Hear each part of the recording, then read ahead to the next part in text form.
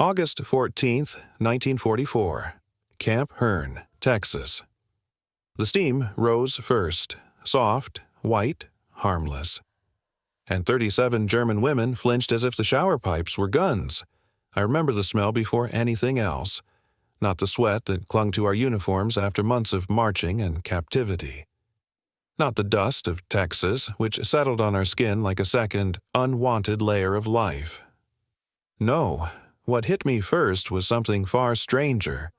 A faint sweetness, a clean scent, something floral, mild, almost hopeful. Shampoo. For a moment, I thought I was hallucinating. 5 months without washing my hair had turned my scalp into a battlefield of oil, grit, and dried sweat. Most days, I tried not to imagine what I looked like under the knots and grime. The others were the same, hair matted, faces hollow, uniforms stiff from salt and dust. We had been captured in France in early spring, processed with cold water aboard a ship, then loaded onto trains that carried us deeper and deeper into America. At each stop, New Jersey, Ohio, Missouri, the world outside the train windows grew larger, newer, impossibly alive. And now, here in Camp Hearn, Texas, the Americans were offering us something I had not seen since before the war. A real shower, a hot one, with soap, with towels, with shampoo. It made no sense. The room we stood in had concrete floors stained with years of mineral water. Rows of iron pipes ran across the ceiling like ribs, their joints wrapped in canvas to keep them from dripping. A steel boiler rumbled against the far wall, breathing heat into the room.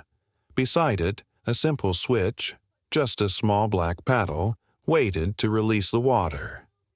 A pump outside the barracks thumped steadily, keeping the pressure up. These were ordinary American items. Ordinary to them, but unimaginable to us. A crate of Army-issue towels sat open on a bench, each one folded in neat rectangles, thick cotton, cream-colored, stamped U.S. 1943. A wire basket held bars of GI yellow soap, edges sharp and unused, and on a nearby shelf, lined up as if for inspection, stood bottles, actual bottles, of Palmolive shampoo, their green labels bright under the electric lights. Electric lights. We had not seen those in months either. The women around me whispered in German, voices trembling, disbelief tightening every word. Warum machen Sie das? Is this real? Why give this to us? No one had an answer. Our shoes squeaked on the damp floor as we shifted uncertainly, still packed close together like the frightened prisoners we were. For so long, bathing had meant cold water, humiliation, inspection, punishment. Cleanliness was not comfort. It was control. A metal door opened with a hollow clang. 2 American soldiers stepped inside. Their uniforms were crisp despite the heat, sleeves rolled, boots polished. They carried nothing but clipboards and patience. One of them, a tall, sun-tanned man with a sergeant's patch and kind eyes, set down a stack of fresh towels. "Ladies," he said in slow, careful English, "the water is hot. You'll take turns. Shampoo here, towels there. No rush." He spoke as if we were guests, as if we had not been taught to expect brutality from the very people standing before us. Behind him, a young American private, his freckles bright against his pale face, twisted a valve near the boiler. The pipes overhead began to hiss. Steam, warm and fragrant, drifted into the room again. And we flinched, every one of us. I felt my chest tighten, my breath caught halfway. The sound of rushing water, so ordinary, so harmless, struck us like a memory we were not ready to face. In Europe, saunas, bathhouses, and warm water had vanished from life long before the front collapsed. Soap had become a treasure traded on the black market. Shampoo was a rumor. Bathing had turned into a 5-minute rinse in freezing water when the pumps worked and when the bombs were not falling. America, however, seemed to live in a different universe. We had glimpsed it during our transit. Small towns with neon diner signs, trucks moving crates of fruit, families hanging laundry on lines behind white-painted houses. Even the soldiers escorting us wore uniforms that looked freshly laundered, their collars clean, their boots oiled, their hair neatly combed. Now that same abundance stood inches from us in the form of basic hygiene, 3 times a day in America, but forgotten luxury to the rest of the world. As the steam thickened, the sergeant stepped forward again. He lifted a bottle of Palmolive shampoo from the shelf, turned it in his hand, and spoke to us gently. "It's for your hair," he said, tapping the label. "Good stuff. Smells nice." It was such a simple gesture, so casual, that I almost laughed, but nothing about this was funny. There were women beside me whose bodies trembled from malnutrition, who had not seen a proper mirror in over a year, who had lost sisters and mothers and homes. And now, standing here in this humid room in Texas, they were being offered something their own government had not been able to give them in months: dignity. I watched the sergeant place the bottle back with exaggerated care, as though to show there was no trick, no cruelty hiding behind the gesture. The shock of it, this small, everyday American generosity, hit us harder than the journey across the Atlantic. Someone behind me whispered, "America must be rich, to waste shampoo on prisoners." But it wasn't waste, not to them. It was policy. It was culture. It was who they believed they were. By 1944, the United States was producing more food, fuel, and manufactured goods than the entire Axis combined. Factories built bombers at a pace of 1 per hour. Liberty ships slid into the water every few days. The country fed its own citizens, its soldiers across 2 oceans, its allies, and yes, its prisoners. Even now, as the water warmed and fog washed over the ceiling, I could feel the weight of that truth settling into me. America could afford to be kind. The sergeant clapped his hands lightly, not as an order, but as encouragement. "All right, 1 group at a time. Who's first?" Nobody moved. Hot water, shampoo, towels, all offered freely to us. German women wearing enemy uniforms in the middle of a war. It was too much, too generous, too American. And in that moment, the true shock was not the steam rising from the pipes. The true shock was realizing that our captors were treating us with a humanity our own nation had long abandoned. The steam should have been comforting. Instead, it sounded like pressure building inside a weapon. Hissing, boiling, warning. For a heartbeat, none of us breathed. The pipes overhead rattled as they warmed, metal expanding with a groan that echoed through the tiled walls. It was an ordinary sound in America, but to us, German women who had spent months living on fear and rumor, it felt like the tightening of a snare. I remember the first thought that tore through me. Shower. Death. It wasn't logic. It was instinct, trained, drilled, whispered into our ears from every direction of the Reich. Behind me, a woman named Marlena clasped her hands to her mouth. Bitte. Ingrid. Don't step forward. Her voice cracked like thin ice. They do this. They take you in small groups. You shower, and then you disappear. Another woman grabbed my sleeve. Don't you remember what they told us aboard the ship? That the Americans use steam to suffocate prisoners? She was shaking so violently her teeth chattered. I did remember. Every word. Every warning we'd been fed since training. Americans tan satu bin trong fong tam. The pipes release gas. Women will be humiliated, violated, or simply vanish. It all came roaring back the moment the steam touched my skin. The hiss grew louder. The boiler thumped. A valve clicked sharply, and the women around me recoiled as if struck. Someone started sobbing. Another whispered prayers rapidly under her breath. A third woman slumped against the wall, sliding down until she sat curled on the floor, arms over her head as though bracing for an explosion. I felt the fear building inside me like a tide I couldn't stop. Back home, 1944 was the year everything began collapsing.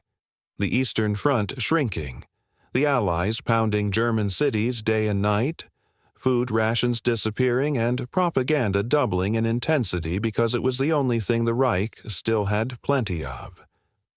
They told us the Americans had no honor. They told us surrender meant torture. They told us the Geneva Convention was a myth, something only fools believed the enemy would follow. And yet, here we were, in a brightly lit room that smelled faintly of lavender shampoo, being given towels softer than anything I'd touched in months. The contradiction was unbearable. My rational mind whispered, "This is America. They're following rules. They're showing decency." But the propaganda buried deep within me hissed back, "Decency is the trick. Kindness is the trap." The two voices collided so violently inside my chest that my lungs tightened. The steam thickened. A droplet fell from the pipe overhead and struck the concrete with a sharp pat. Instantly, 3 women jumped away from it. Then the young American private who had turned on the boiler stepped toward us, too quickly, and panic erupted. "Nain! Stay back! Don't touch us! Please, we're not ready! Don't close the door!" The private halted mid-step, stunned. His eyes widened a little, not with anger but with confusion, even concern. He lifted both hands slowly, palms open as if approaching wild, frightened animals. A female voice cut through the room. "Easy. Give them space." It belonged to the American nurse who had entered earlier. She moved toward us but deliberately stayed several feet away, respecting the invisible boundary of our fear. Her posture was calm, her expression steady. "It's all right," she said gently. "No one will touch you, not unless you ask for help." Her voice had a tone American women seemed to master, practical, warm, unwavering.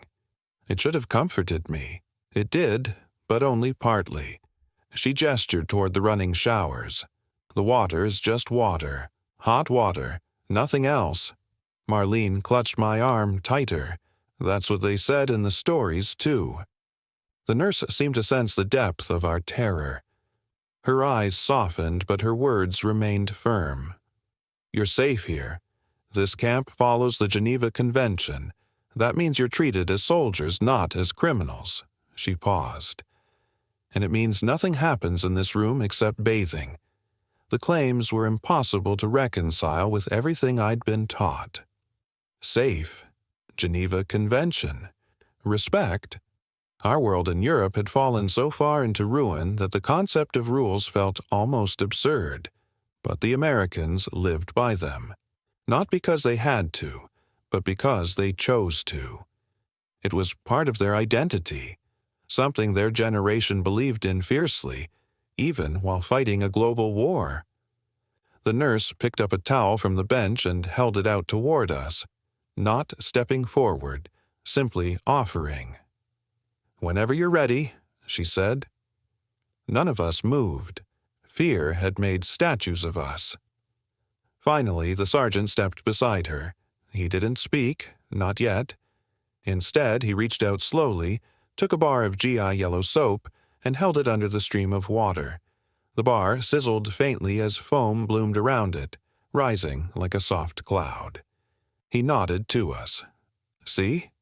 Nothing harmful." It shouldn't have been profound, but it was. An American soldier, one of the supposed monsters we'd been warned about, was demonstrating a bar of soap like a shopkeeper showing goods to customers. The nurse lowered her towel slightly. "You've crossed an ocean. You've survived things no one should survive. This part, This is the easy part. We're just helping you feel human again."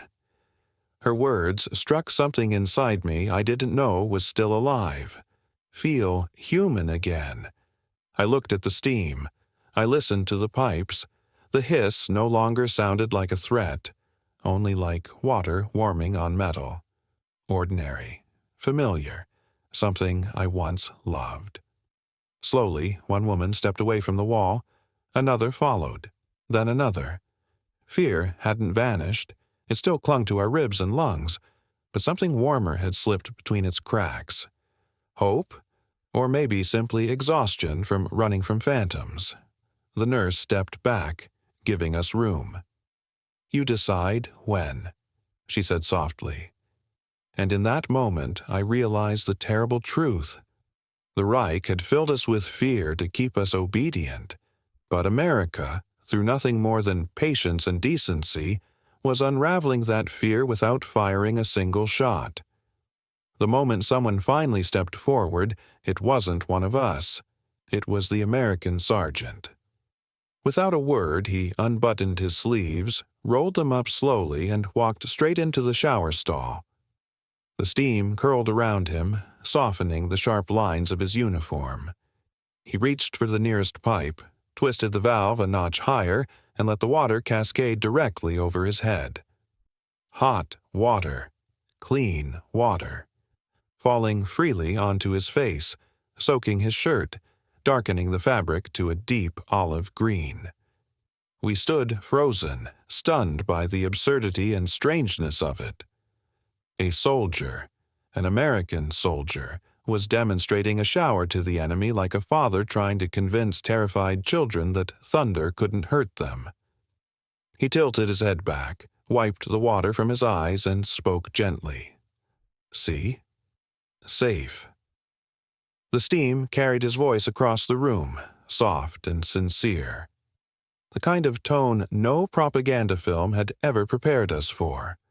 Behind him, the young private from earlier scraped his boot nervously on the floor, then stepped forward too. He pointed at the running water, searching for words he clearly wasn't trained to use. "Water is safe," he said haltingly. "Warm.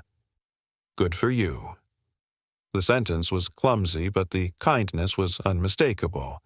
I felt something shift inside me, small, fragile, but real. A crack in the wall I had built around myself. The nurse, seeing our hesitation begin to loosen, gently placed a folded towel into my hands. It was warm from sitting near the boiler, soft in a way I had forgotten towels could be soft. She offered shampoo next. Palmolive, its green label familiar yet surreal in this place so far from home. "Take your time," she said, stepping back again so we wouldn't feel cornered. Her distance was deliberate, a gift of safety. Marlene, still trembling at my side, whispered, "Why are they doing this, Ingrid? We're prisoners." I didn't have an answer, but the sergeant did, though he didn't speak it. He simply stood there in the warm rainfall, letting the water run down his sleeves, filling the room with proof that we had been wrong about so many things. Finally, one of the older women, Emilia, whose hair had turned gray long before its time, took a breath so deep her shoulders shook. Then she stepped forward. The nurse smiled. "Good," she whispered, more to herself than to us. "Very good." One by one, the others followed. When it was my turn, I felt my pulse hammering beneath my skin. The steam enveloped me immediately, warm and fragrant with soap. My hair, hard with months of dirt, began to loosen as the water soaked through it. I reached up with unsure fingers and felt it soften beneath my touch. The sensation was so strange, so intimate, that for a moment I forgot how to breathe. Then, just as I rubbed the bar of yellow GI soap between my palms, foam slid unexpectedly into my eyes. The sting was sharp, immediate. I gasped and stumbled sideways, momentarily blinded. Before panic could take over, a hand appeared in front of me holding a clean towel. I flinched, instinctively recoiling from the touch. The American private stood there, his arm extended, worry tightening his face. "Here, your eyes," he said softly. I hesitated. He didn't move closer. He didn't force the towel into my hand. He just waited. Slowly, I reached out. Our fingers brushed. For a split second, both of us froze. I felt him tense, not out of fear, but out of sheer awareness of the moment, as if he understood how delicate the boundary was between comfort and terror. I jerked my hand back slightly. "It's okay," he murmured, voice barely above the sound of the water, and somehow, impossibly, I believed him. I pressed the towel to my eyes, blinking away the soap. When my vision cleared, he was already stepping back to give me room again. Such a small thing. Such an enormous thing. These men, young Americans who could have treated us with contempt, anger, or triumph, were instead offering us dignity, quietly, patiently, without expecting anything in return. During the war, we had been told that Americans were weak, soft, corrupted by luxury. But this was not weakness. This was strength of a different kind. Looking around the room, I saw more moments of unexpected grace. The nurse guiding an elderly prisoner toward a less crowded stall, the sergeant handing a woman a fresh bar of soap after hers slipped from her fingers, the private demonstrating how to twist the valve gently rather than pushing it too hard. Nothing dramatic, nothing heroic, just kindness. Pure, simple, human kindness. Later, when we dried our hair with thick American towels, each one large enough to wrap around us twice, I found myself staring at the nurse's boots. They were worn, scuffed from long shifts, not new, not polished, boots that had walked through barracks and hospital tents, through mud and sun and doubt. She caught me looking. "These," she said, tapping the toe of her boot with a faint smile, "have carried me through a lot of long nights.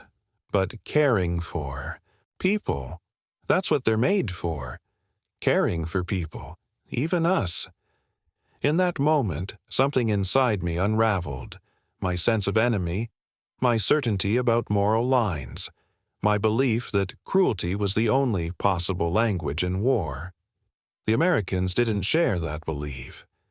Their greatest generation had grown up with hardship, farms lost in dust storms, families surviving on almost nothing, men and women working double shifts in factories because duty demanded it. They had learned that kindness was not weakness during hard times. It was survival. And here, in this camp far from home, they were living that lesson with us.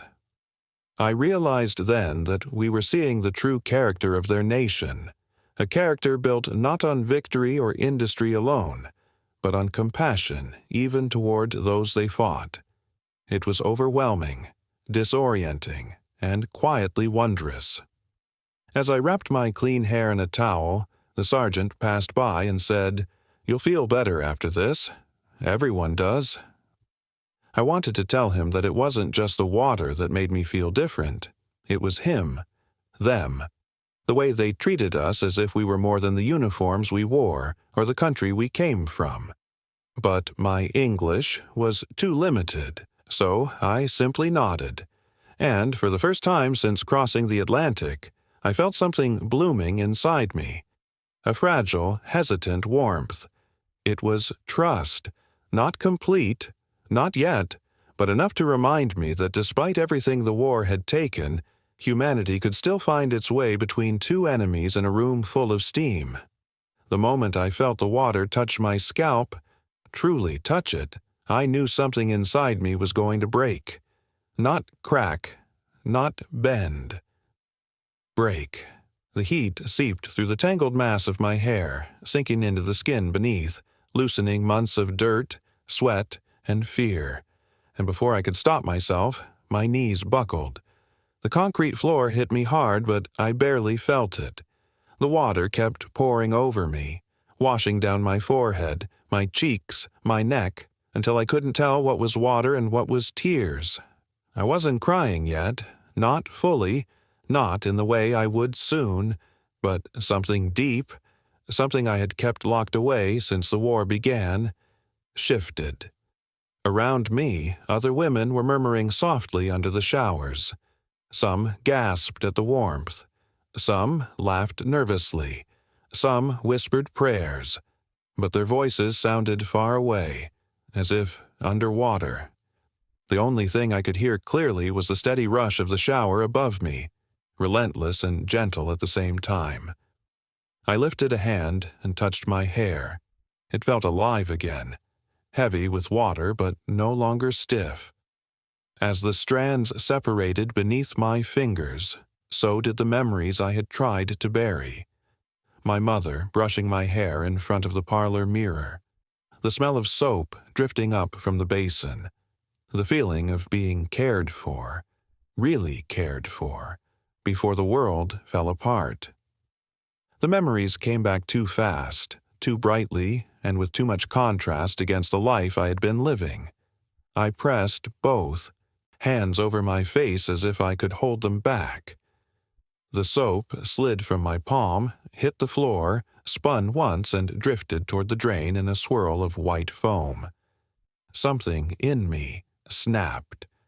The tears came suddenly, violently, so much that I couldn't breathe.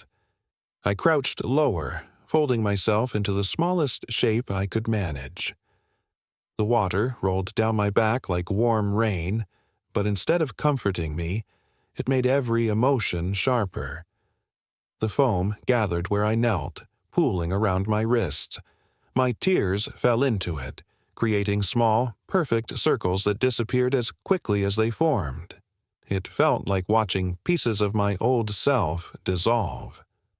A soft voice reached me through the steam. "Ingrid." The nurse. Her shoes stopped just shy of the spray. She didn't touch me, not even close, but she lowered herself to a crouch so she could meet my eyes. Her expression wasn't pity. It wasn't even concern. It was something more human, more ancient. Understanding. I shook my head, unable to form words. My breath came in harsh, uneven bursts. I tried to say, I can't understand this. She didn't rush me. She didn't fill the silence with platitudes. She simply waited until my breathing eased enough that I could speak again. Finally, with my voice cracking into pieces, I whispered the only question that mattered. "Why are you doing this? We are your enemies." The nurse's face softened in a way that made my chest ache. "Humanity," she said quietly, "doesn't stop because of war."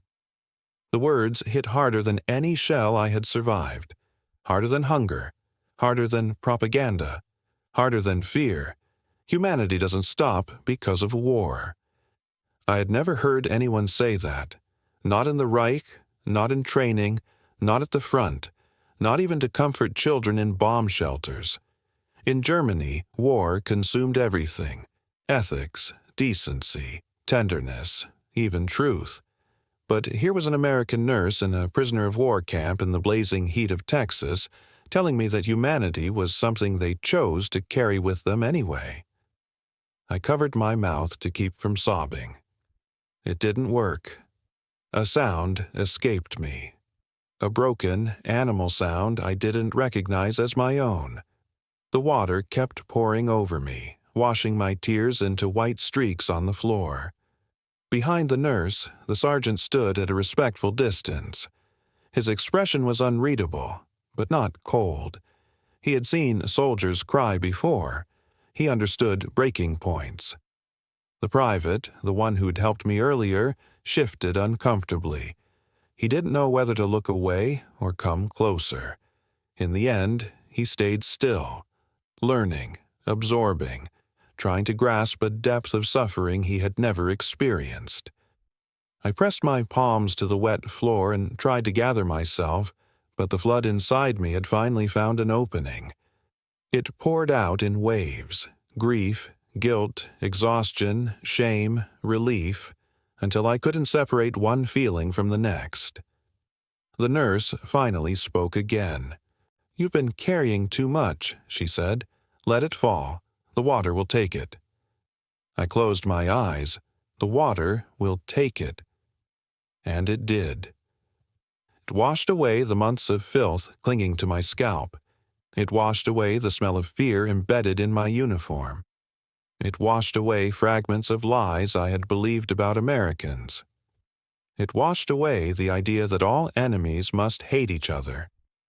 It washed away the illusion that the Reich had ever protected us. In its place, something new began to grow, small, hesitant, unfamiliar.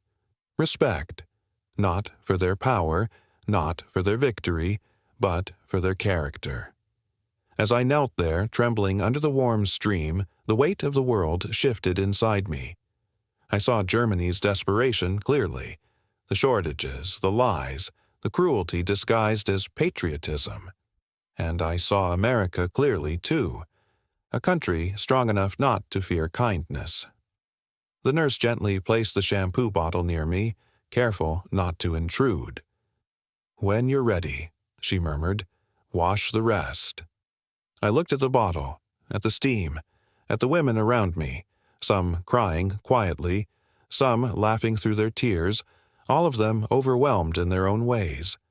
Then I looked at the Americans, young, tired, sunburned, but still choosing decency. The contrast was unbearable. The contrast was beautiful. With shaking hands, I opened the shampoo and let the scent, fresh, unfamiliar, impossibly clean, fill my lungs. As I rubbed it into my hair, the bubbles formed thick and white, dripping down my arms, collecting at my elbows, sliding off my skin in spirals, bubbles and tears indistinguishable. And in that moment, I cried harder than I had since the war began. Not because I was hurt, not because I was afraid, but because I had just discovered something the Reich had spent years trying to hide from us. There is power in kindness. Real power. The kind that can break a person open, not to destroy them, but to free them.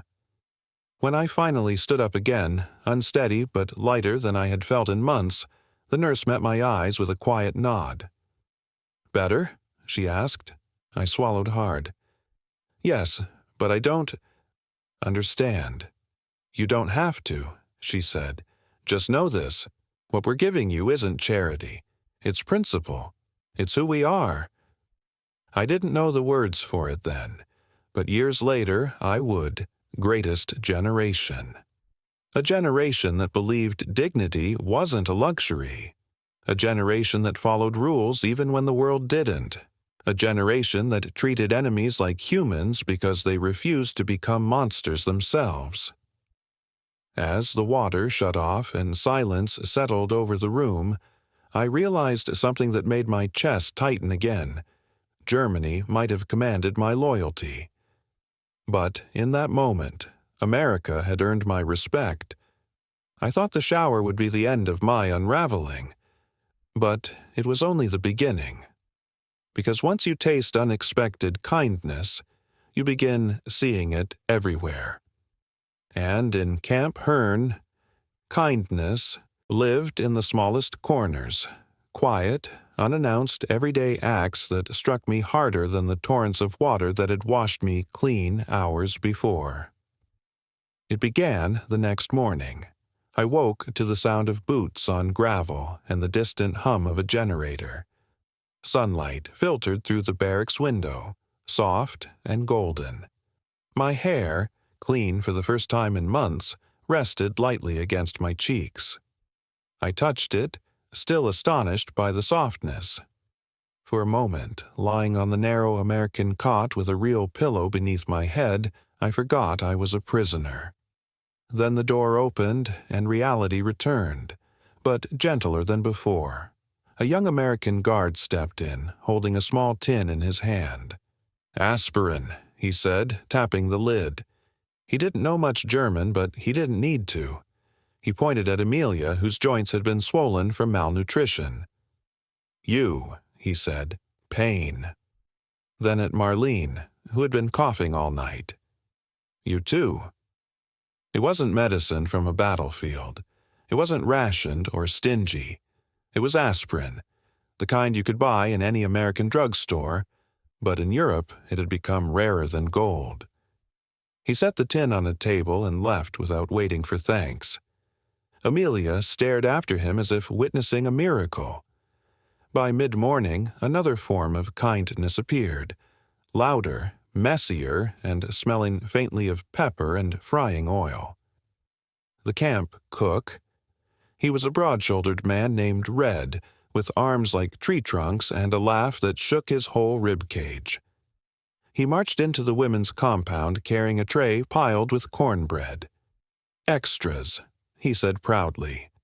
Then, slowly, as if translating inside his head, he corrected himself.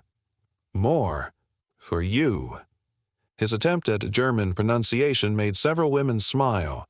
He seemed delighted. Back in Germany, cooks served soldiers.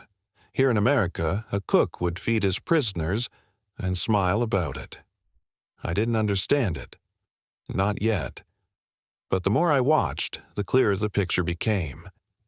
That afternoon, a pipe burst behind the laundry shed. Water gushed into the dirt, turning the ground into thick mud.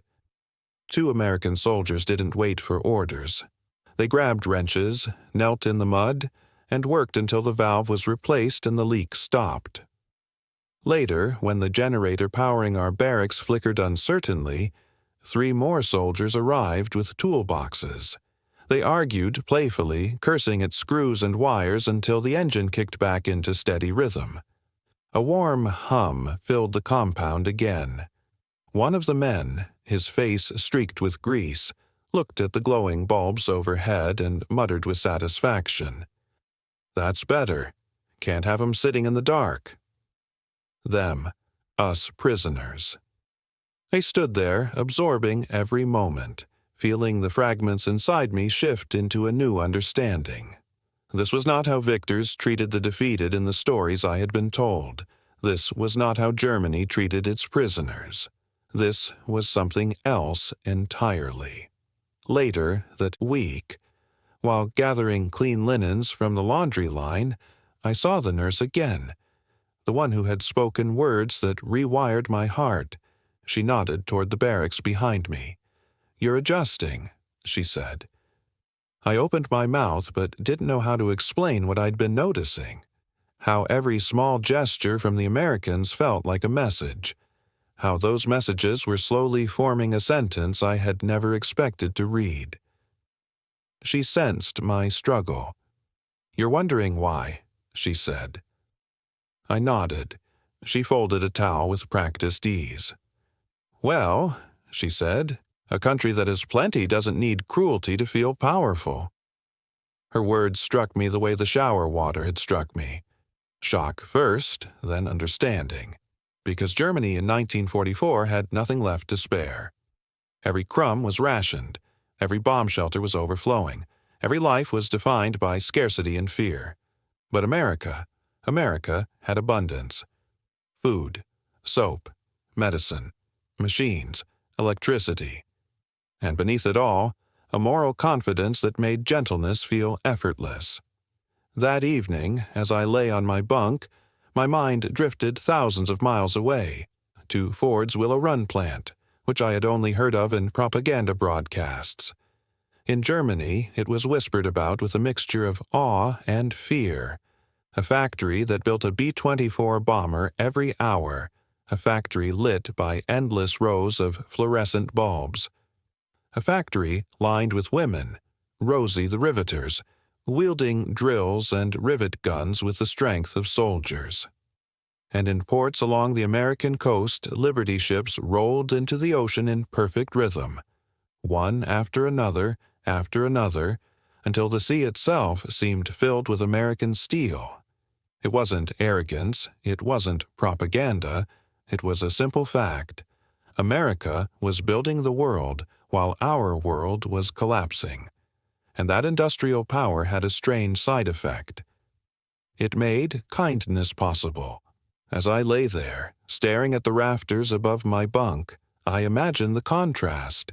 America sending aspirin to prisoners, Germany rationing medicine even for its own children, America repairing pipes in a POW camp, Germany rebuilding water lines in bombed-out cities every night, America giving clean towels to its enemies, Germany unable to give them to its own people. The differences were so stark they almost hurt to think about. But the deepest revelation came the next morning. As we lined up for roll call, the sergeant walked past us with his usual quiet presence. He paused when he reached me. "You look better," he said simply.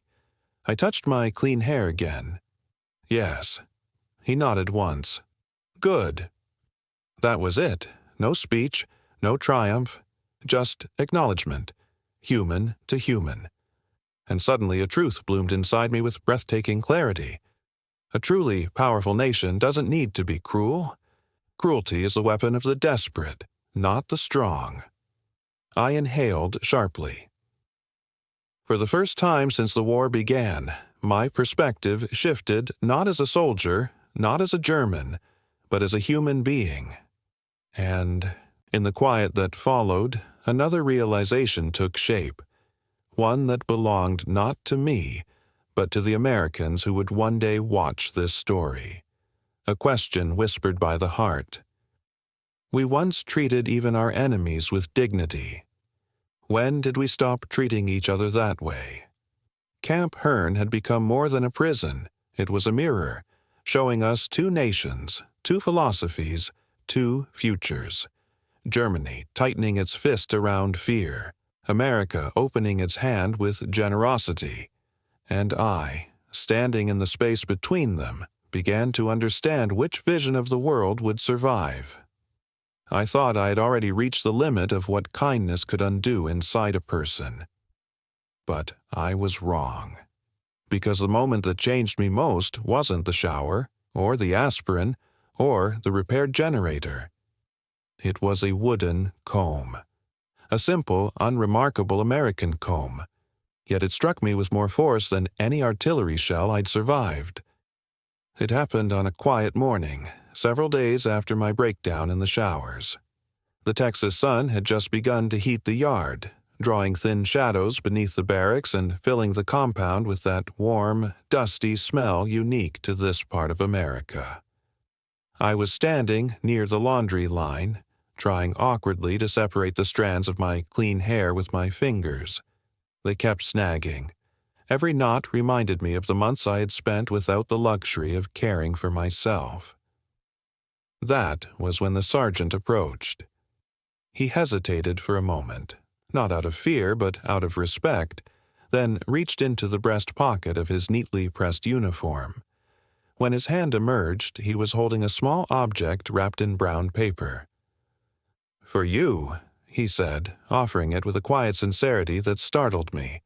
I frowned, unsure whether I had misunderstood. He nudged it gently toward me. "Go on," he said. "Open it." I peeled back the paper slowly, cautious without knowing why. Inside lay a wooden comb, smooth, polished, carved with a simple American star on the handle. I stared at it, unable to speak. "You need it," the sergeant said almost apologetically. "Figured it might help." Help? As if the word were that simple. As if what he was giving me wasn't the most personal, intimate act of dignity I had received since the war began. My throat tightened. I had gone so long without touching something made only for care. Everything in Germany had been built for survival, for war, for endurance. Even the coarsest household combs had vanished into the machinery of the Reich. But here, in my hands, lay a tool not meant to command or to destroy, but to restore. I ran my thumb along its teeth, feeling the fine craftsmanship of something ordinary and precious at the same time. The sergeant noticed the way my breath caught. "It's nothing fancy," he said, "just a comb." No, it was more than that. It was the first object since my capture that belonged to me, not because I needed it as a prisoner, but because I deserved it, as a human being. I felt my vision blur again, though no soap was stinging my eyes this time. "Danke," I whispered, my voice unsteady. He nodded and stepped back, leaving me alone with the gift. I held the comb for a long time before lifting it carefully to my hair. As its wooden teeth glided through the strands, untangling knots, smoothing what had been wild and neglected for months, I felt something inside my chest untangle too. For the first time since the war began, I felt whole. Not clean, not fed, not merely alive. Whole. That night I wrote in my journal, a small worn notebook that the camp allowed us to keep. America did not win because it was stronger. America won because it was kinder. I paused after writing it, surprised by how naturally the words had arrived, but the truth of them settled into me with undeniable clarity. Because every day in Camp Hearn brought another glimpse into the American soul. We were invited, yes, invited, to the recreation hall on Saturdays. A projector rattled to life as black and white scenes flickered across the sheet hung as a makeshift screen.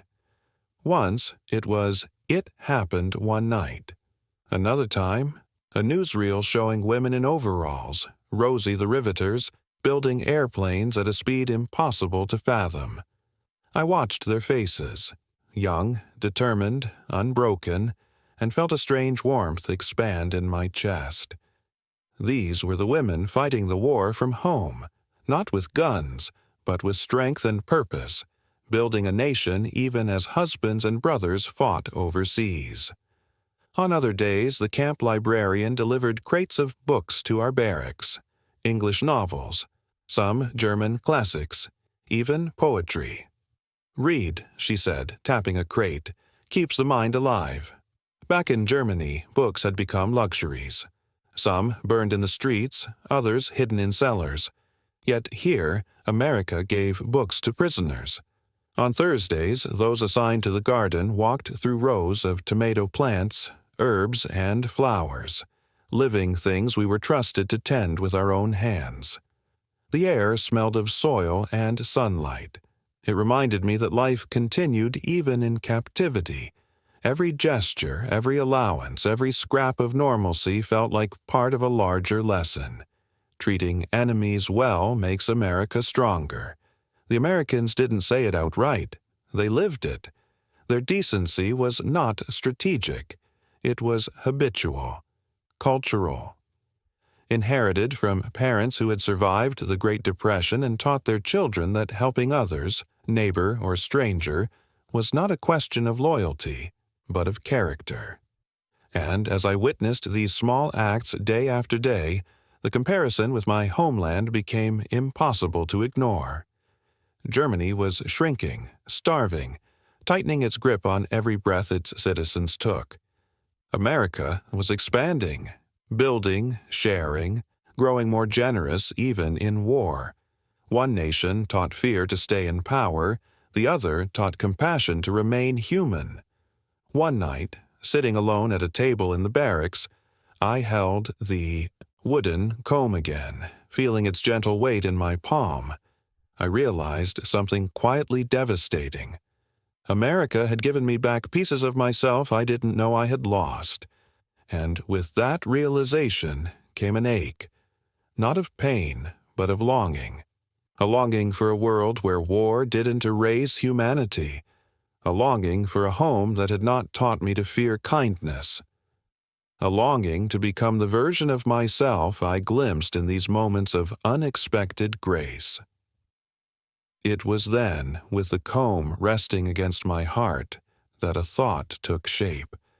One that frightened me more than any threat the Americans could make. What if the nation I had sworn to fight for had never deserved such loyalty? And what if the nation I had feared was the one teaching me how to be human again? That was the moral awakening. Not loud, not dramatic, but deep. A shift so profound that even the quietest American gesture felt like an invitation. Remember who you are. Remember who you could be. Remember who we once were, and ask if we still are. And in that moment, I knew this truth with absolute certainty. Kindness is not weakness. It is legacy. Years later, long after the war had ended and the fences of Camp Hearn had rusted into the Texas soil, I found myself writing a letter I never expected to write. A letter to America. It began with a sentence I had carried inside me for decades. You did not just save my life, you saved my humanity. I wrote it slowly, carefully, afraid that if I rushed the words they would lose their weight. My hand trembled, not from age, though age had come, but from memory. The wooden comb, now smoothed by years of use, lay on the table beside me. I still kept it wrapped in the same brown paper the sergeant had used, a relic from a world that had changed me when I needed it most. As I wrote, the pages seemed to fill themselves with moments I could never forget. The warmth of the shower, the aspirin shared freely, the books in the barracks library, the nurse kneeling beside me as I cried, the simple truth she spoke. Humanity doesn't stop because of war. But I wasn't writing this letter for myself. I was writing it for a country that seemed, in my later years, to be drifting away from the version of itself that had saved me. I had seen the news. I had heard the anger. I had felt the divisions crackling across the air like static, and I wanted America to remember who it once was. My story did not stay hidden. My granddaughter, born in Hamburg but raised in the United States after our family emigrated, found my journal one summer afternoon. She read every page, turning the brittle paper with reverence. When she reached the entry where I wrote, "America won because it was kinder," she began to cry. Years later, she would tell my great-grandchildren stories from that journal. And one day, at a family gathering, I heard her say words that stopped every conversation around the table. My grandmother always said, "America saved her humanity." The room fell silent, each person absorbing the weight of a sentence shaped by war, mercy, and memory. I looked at their faces, American faces, German faces, both and neither, and felt a warmth bloom inside me. This was legacy, not victory, not defeat, but the quiet inheritance of kindness. Sometime after that, when I was already well into old age, I visited a veterans' home in upstate New York to meet the man who had given me the wooden comb. The sergeant, now a frail figure with silver hair, sat in a sunlit courtyard, wrapped in a blanket despite the warmth. He recognized me before I even spoke. "Ingrid," he said softly, "you made it." "Yes," I whispered, "because of you." He shook his head. "No, because of what needed to be done." I sat beside him, listening as he spoke with the slow, steady cadence of someone who had carried a long life of memories. "We didn't do it for praise," he said, "and not for politics either. We did it because that's who we were." Those words echoed the moral foundation of his generation, the quiet, unshakable belief that decency was not optional, that character mattered, that how one treated the defeated said more about a nation than how it treated the victorious. I thought of America today, louder, angrier, more fractured than the country I had first encountered through steam and soap and a wooden comb. And I wondered, as I often did, how could a nation that once treated its enemies with such grace forget how to treat its own people the same way? If a country could show mercy to a frightened prisoner in 1944, why did it struggle to show mercy to its own citizens now? If strangers in wartime could extend a hand across barbed wire, why were neighbors in peacetime turning away from each other?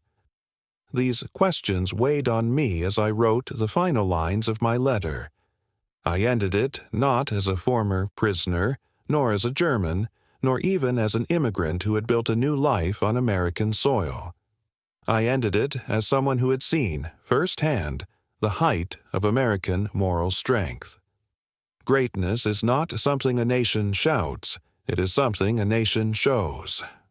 I signed my name beneath those words, Ingrid Weber, Camp Hearn POW, Hearn 248, and folded the letter carefully. I did not know if it would ever reach those who needed it, but I knew the message was true. America in the 1940s had been a nation united not by perfection, but by purpose, by shared sacrifice, by a belief that dignity belonged to all, even to those who wore the wrong uniform. A nation strong enough to be gentle.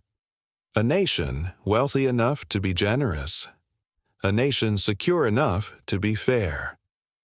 I wanted desperately for that America to be remembered, to be reclaimed, not as nostalgia, but as compass. And so, with the last line of my letter, I wrote the words I hoped future generations would carry with them. If we want to rebuild this nation, we must remember who we used to be. When I finished, I set down my pen and looked again at the wooden comb resting beside me. A simple artifact worn smooth by time.